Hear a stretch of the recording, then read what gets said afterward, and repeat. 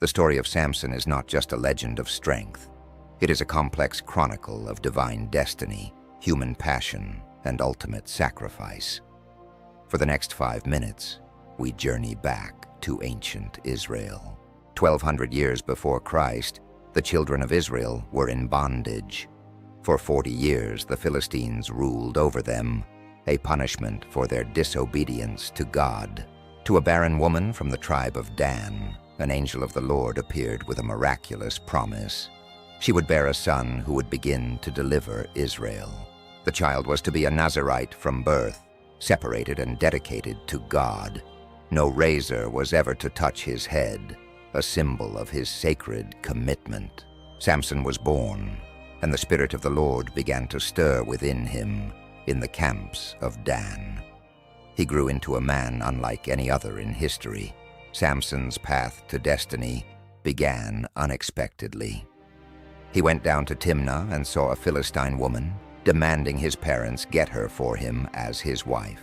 On the road to Timnah, a young lion roared against him.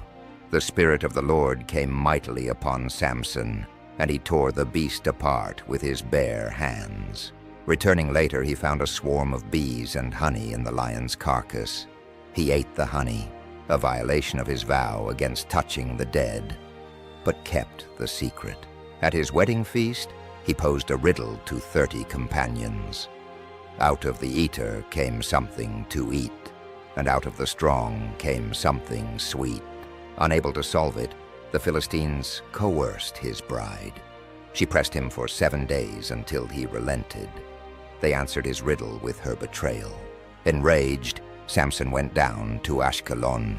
He struck down 30 men to pay his wager, then returned home in fury, only to find his wife given to another.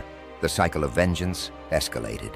Samson caught 300 foxes, tied them in pairs with torches, and sent them through the Philistine grain.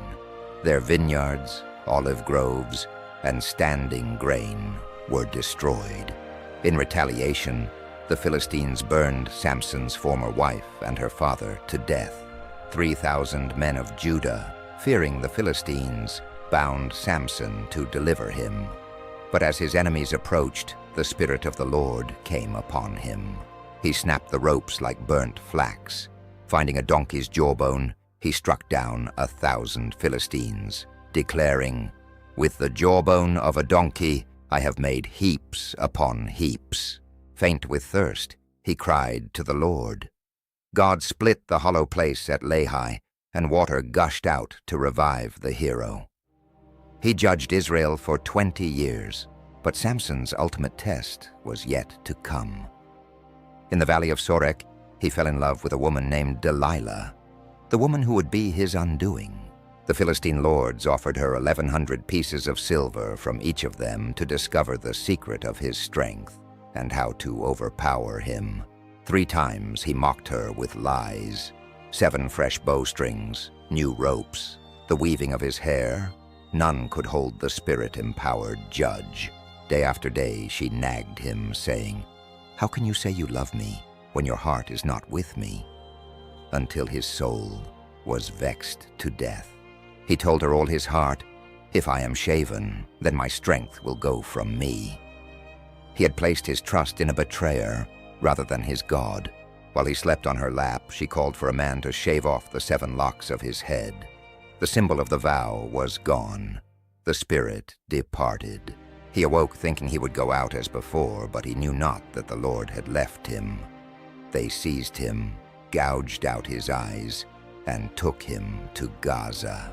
Bound with bronze shackles, the mighty judge was made to grind grain like a beast of burden.